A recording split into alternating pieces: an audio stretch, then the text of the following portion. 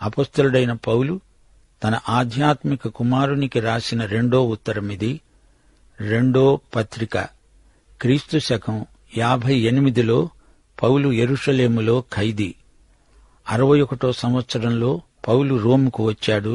అధికారుల ఎదుట విచారణ కోసమై పౌలును అక్కడి నుండి ఇక్కడికి అటూ ఇటూ న్యాయస్థానాలకు తిప్పారు. 61 నుండి 63 సంవత్సరం వరకు రోమా చెరసాలల్లో ఆయన గడిపాడు. అప్పుడేమి జరిగిందో అపొస్తలుల కార్యముల్లో రాయబడి ఉండలేదు.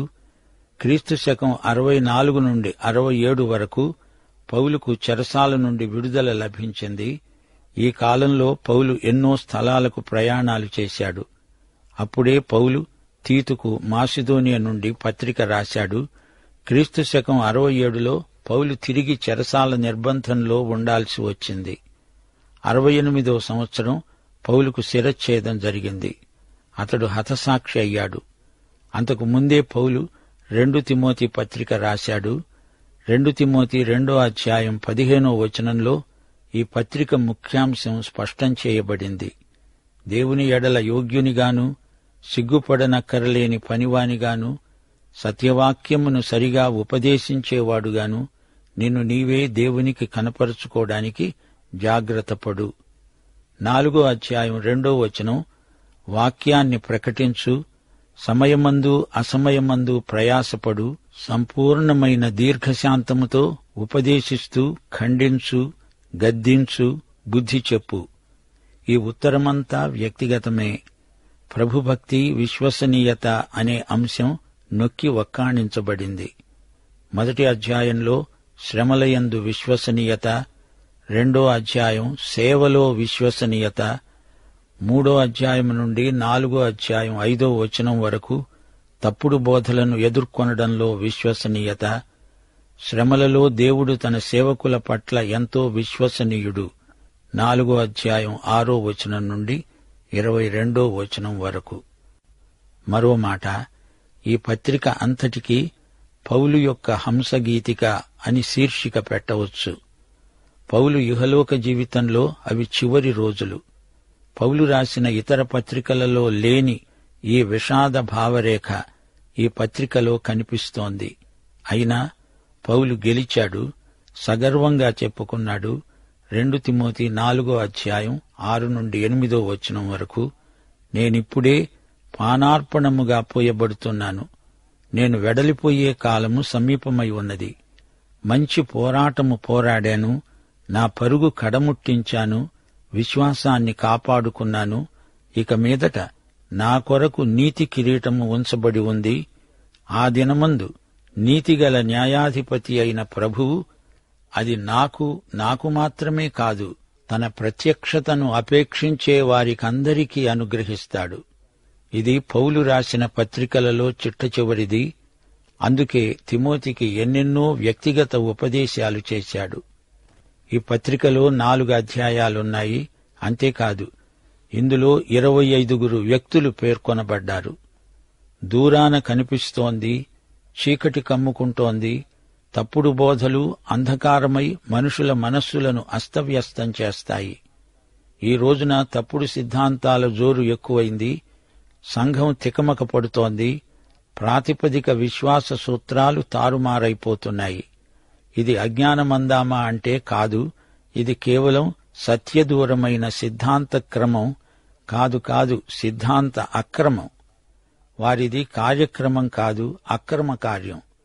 కావాలని దుర్బుద్ధితో రూపొందించిన తప్పుల తడక సిద్ధాంతం. బుద్ధిపూర్వకంగా విశ్వాసము నుండి తొలగించే ఉపదేశ విధానం. ఈ సిద్ధాంతులకు సువార్త సత్యం తెలుసు, కాని దాన్ని మార్చి దానికేదో చేర్చి కూర్చి చెప్పే మాటలే వీరి కపట రాద్ధాంతాలు.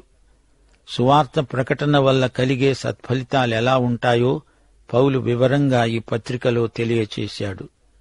సువార్త అందరికీ ప్రకటిస్తాము గాని అందరూ నమ్మరు. సైతాను విశ్వాసులను సహా పెడతోవ పట్టించే బోధకులను తయారు చేస్తున్నాడు. సంఘంలో ఒక భాగం భ్రష్టుపట్టిపోతుంది. ఈ సంఘం ఎత్తబడదు, దిగబడిపోతుంది.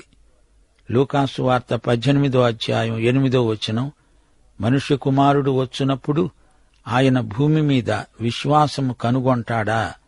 దానికి జవాబు, కనుగొనడు. అయితే దీనికి ముందే సంఘం ఎత్తబడి ఉంటుంది. అది అసలైన వధువు సంఘం. సంఘం ఎత్తబడటాన్ని హర్పాజో అంటారు. గ్రీకు భాషలో ఎత్తబడమని ఈ మాటకు అర్థం. 1 తెస్సలోని పత్రిక 4వ అధ్యాయం 16-17 వచనాలు. ఆర్భాటముతో, ప్రధాన దూత శబ్దముతో, దేవుని బోరతో పరలోకము నుండి ప్రభువు దిగి వస్తాడు. క్రీస్తునందుండి మృతులైన వారు మరల లేస్తారు. ఆ మీదట సజీవులమై నిలిచి ఉండే మనము వారితో కూడా ఏకముగా ప్రభువును కలుసుకోటానికి ఆకాశమండలమునకు మేఘముల మీద కొనిపోబడతాము. కాగా మనము సదాకాలము ప్రభువుతో కూడా ఉంటాము. నిజమైన యథార్థ విశ్వాసులు ఎత్తబడిన తరువాత ఇక్కడే దిగబడిపోయిన భ్రష్ట సంఘం విశ్వాసము నుండి తొలగిపోయిన సంఘం. పౌలు ఈ సంగతులు జరగబోతాయని ఈ పత్రికలో ప్రవచించాడు. ఎన్ని దుర్బోధలు వచ్చినా దేవుని యథార్థ సంఘం వాటిని ఎదిరించి గెలువగలదు. ఎత్తబడే వరకు అసలైన సంఘమేదో తెలియదు. తప్పుడు సిద్ధాంతాలను ఎదుర్కొనడానికి మనం వాక్యాన్ని నమ్మకంగా బోధించాలి, ప్రకటించాలి. అనేక విషయాలలో 2 తిమోతి, 2 పేతురు పత్రికలు ఏకీభవిస్తాయి. ఈ 2 ఈ ఇద్దరు అపోస్తలుల హంసగీతికలని చెప్పవచ్చు. ఈ ఇద్దరు అపోస్తలులు దేవుని వాక్యాన్ని, సువార్తను విరివిగా ప్రకటించాల్సిన అగత్యమెంతో ఉందని గట్టిగా నొక్కి చెప్పారు. ప్రియ శ్రోతలారా, గ్రహించండి, సువార్తకు ఆధారం ఇదే. మానవుడు ఘోర పాపి. మానవుడు తప్పిపోయిన పాపి. మానవుడు నైతికంగా, భౌతికంగా, ఆధ్యాత్మికంగా పతనావస్థలో ఉన్నాడు. మానవుణ్ణి మరమ్మతు చేయడం కుదరదు. అతణ్ణి దేవుడు పూర్తిగా మార్చాలి. అతడు పూర్తిగా నూతన సృష్టి అవ్వాలి. యేసు నీతి మనకు రావాలి. అప్పుడుగాని మనం నీతిమంతులం కాలేము. మానవునిలో పూర్తి పరివర్తన రావాలి. సగం పరివర్తన దేవుడు అంగీకరించడు. అందుకే దేవుని కృప మనకు అవసరమైంది. యేసుక్రీస్తు మరణ పునరుత్థానాలను మనకు అన్వయించి దేవుని కృప మనల్ని నూతన సృష్టిగా రూపొందిస్తుంది. క్రీస్తునందలి జీవితం మానవుణ్ణి రూపాంతరీకరిస్తుంది. ఇదే దేవుని కృపా సువార్త. సువార్తకు బదులు మనస్తత్వ శాస్త్రాన్ని బోధించేవారు నాగరిక మనస్కులు కొందరున్నారు. మానవుణ్ణి దిద్దుబాటు ద్వారా బాగుచేస్తామంటున్నారు. ఆలోచన ప్రగతి ద్వారా రక్షిస్తామని మరికొందరు బయలుదేరారు. మరికొందరేమో సువార్తకు బదులు నీతి శాస్త్రాన్ని బోధిస్తామంటున్నారు. మరమ్మతు వేదాంతం వీరు బోధిస్తారు గాని అంతరంగం అంతమాత్రాన మారటం కల్లా. అందుకే సంఘ ప్రభువు లవొదికయ సంఘాన్ని ఉద్దేశించి నిష్కర్షగా చెప్పాడు. ప్రకటన 3వ అధ్యాయం 15-16 వచనాలు.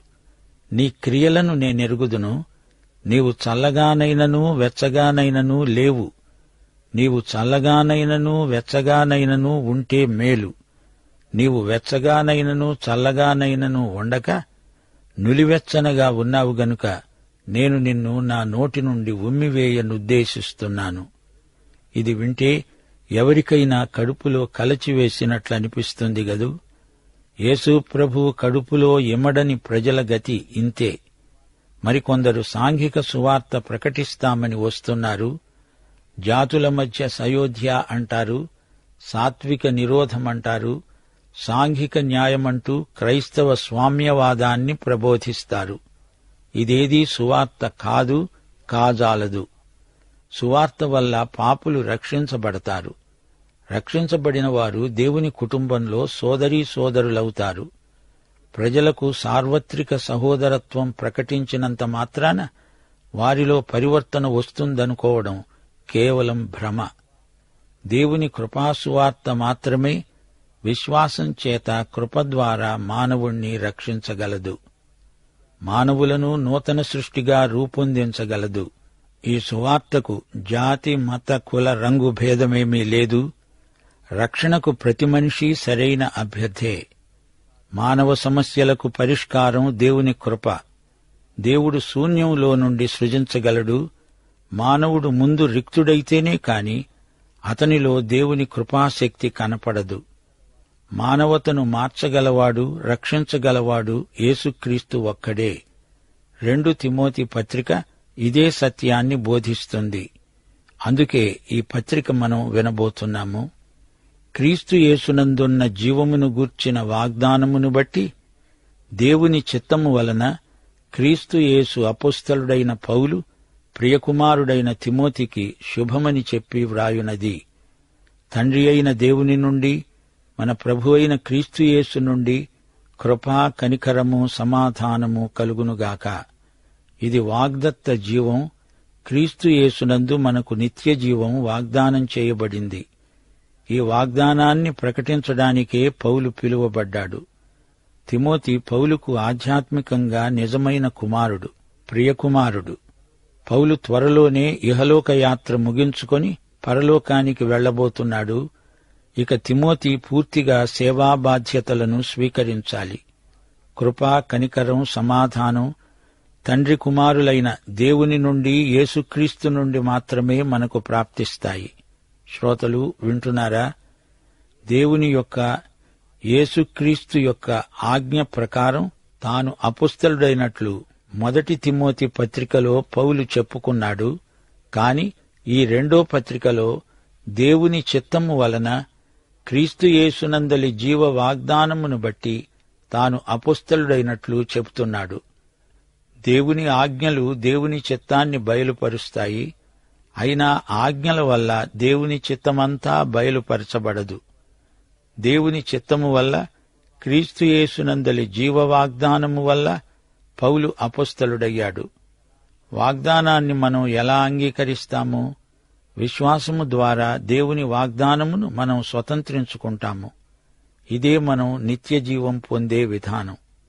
నిత్యజీవం దేవుడు మనకిచ్చిన వరం. వరమిచ్చే వానియందు విశ్వసించి ఆయన వరం స్వీకరిస్తాము.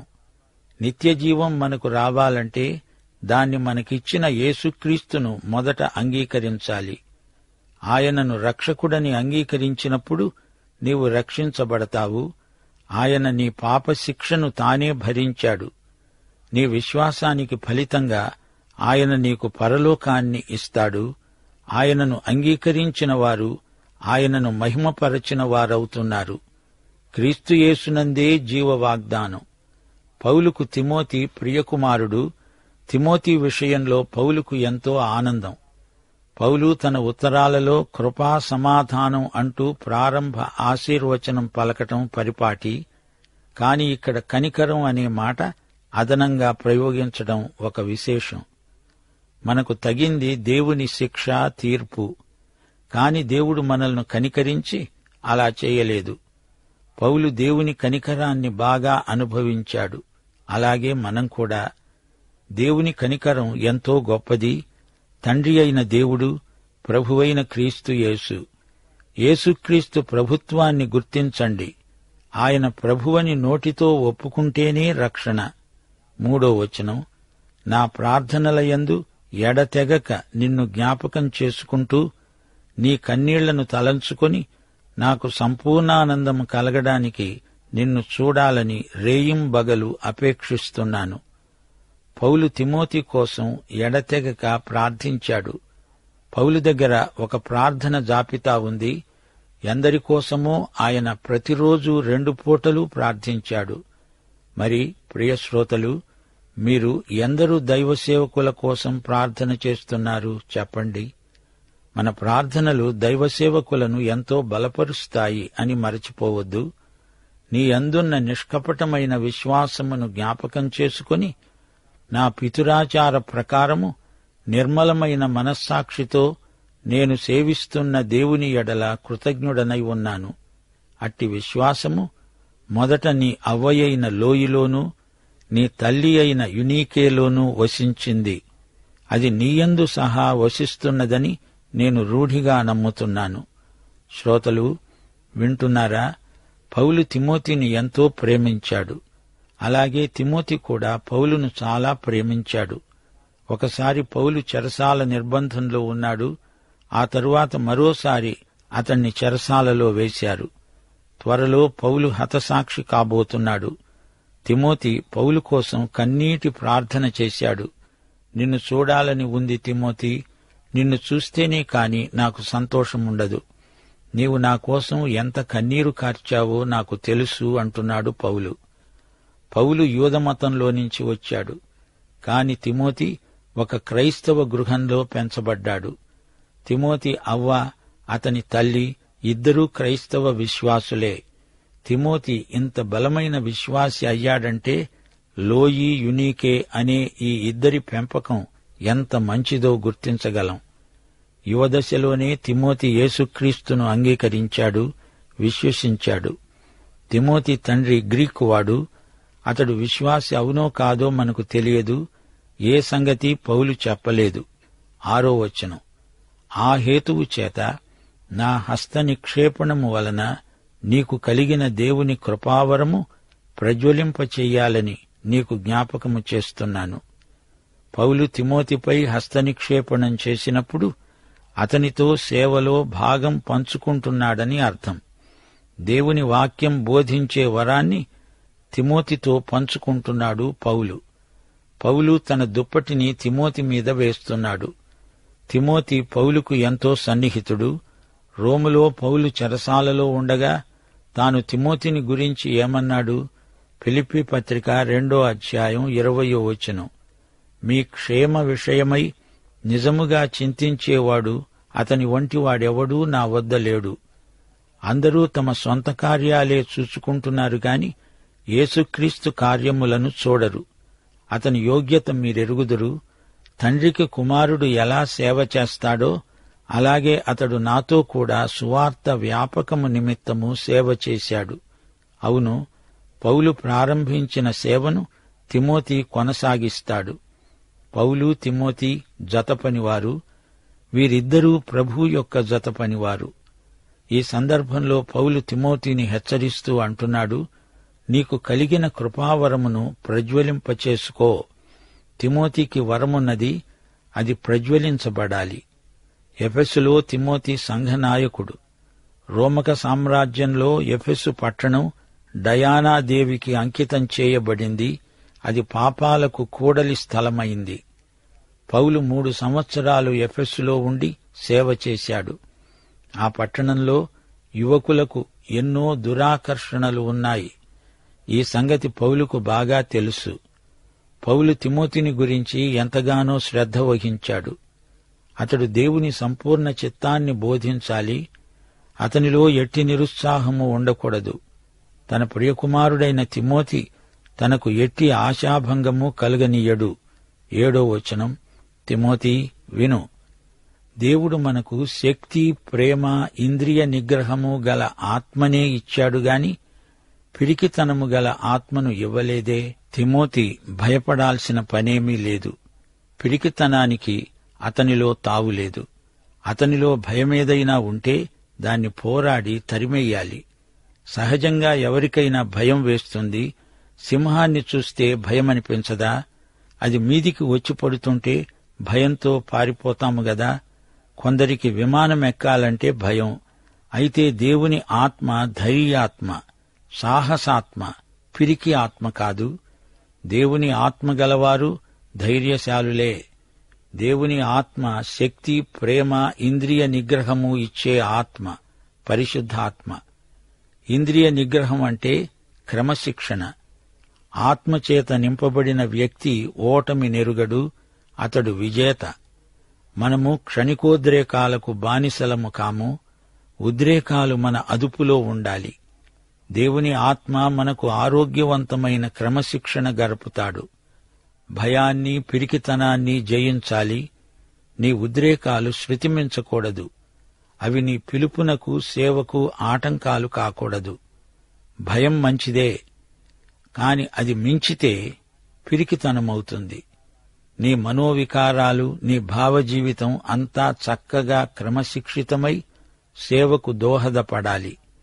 నీ ఇష్టాయిష్టాలు కాదు, దేవుని చిత్తానికి ఆయన నీకు అప్పగించిన సేవకు నీవు పూర్తిగా అంకితమైపోవాలి.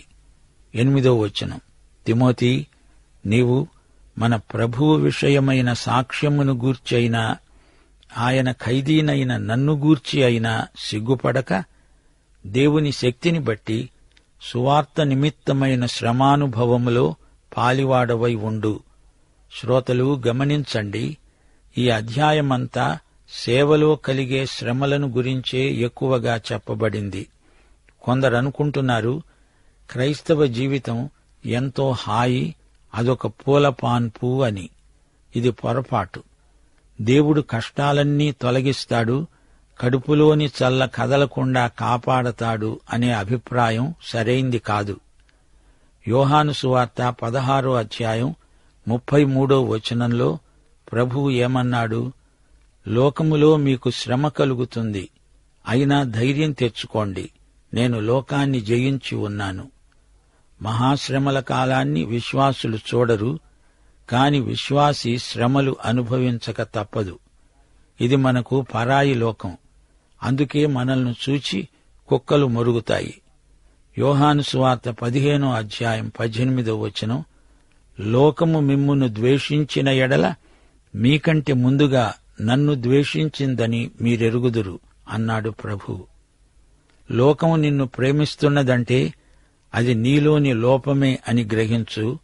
ప్రియ శ్రోతలు, గుర్తించండి, దేవుని శక్తిని బట్టి సువార్త నిమిత్తమైన శ్రమానుభవంలో మనమంతా పాలివారం. ఇది నిజం.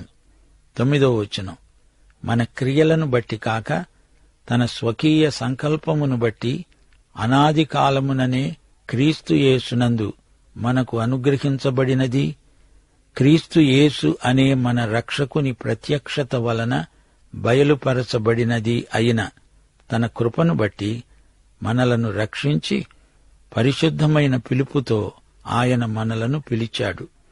యేసే మనలను రక్షించాడు, పిలిచాడు. ఇది పరిశుద్ధమైన పిలుపు. ఇది మన క్రియలను బట్టి కలిగినది కాదు. మనము ఎవరిమి, ఏమి చేశాము అని కాదు, అంతా ఆయన కృపే. ఇది మన రక్షకుని ప్రత్యక్షత. ఇది ఆయన స్వకీయ సంకల్పం. 10వ వచనం, ఆ క్రీస్తు యేసు మరణమును నిరర్ధకము చేసి జీవమును అక్షయతను సువార్త వలన వెలుగులోనికి తెచ్చాడు. మరణమును నిరర్ధకము చేసినవాడు మృత్యుంజయుడైన యేసుక్రీస్తే. దేవుడు మరణాన్ని తొలగించలేదు. పౌలు ఈ మాటలు చెరసాలలో నుండి రాస్తున్నాడు. పౌలుకు మరణశిక్ష విధించబడింది. పౌలు ఇప్పుడు రోమా ప్రభుత్వ ఖైదీ. దేవుడు మనకు భౌతిక మరణాన్ని తొలగించలేదుగాని ఆధ్యాత్మిక మరణం లేకుండా చేశాడు. దేవునికి స్తోత్రం. ఆత్మ మరణం అంటే నిత్య మరణం, దేవుని నుండి నిత్యమైన శాశ్వతమైన ఎడబాటు. ఇది దేవుని బిడ్డలకు లేదు, ఉండదు. యేసుక్రీస్తే మనకు దేవునికి మధ్యవర్తి. క్రీస్తు మన కోసమై చేసిందాన్ని బట్టి దేవుడు తృప్తి చెందాడు. అయితే సోదరుడా, సోదరి, ఇది చెప్పు, నీవు తృప్తి చెందావా? యేసుక్రీస్తునందే రక్షణ. ఇది కృపారక్షణ. దేవుడు నిన్ను సమృద్ధిగా దీవించునుగాక. ఆమేన్.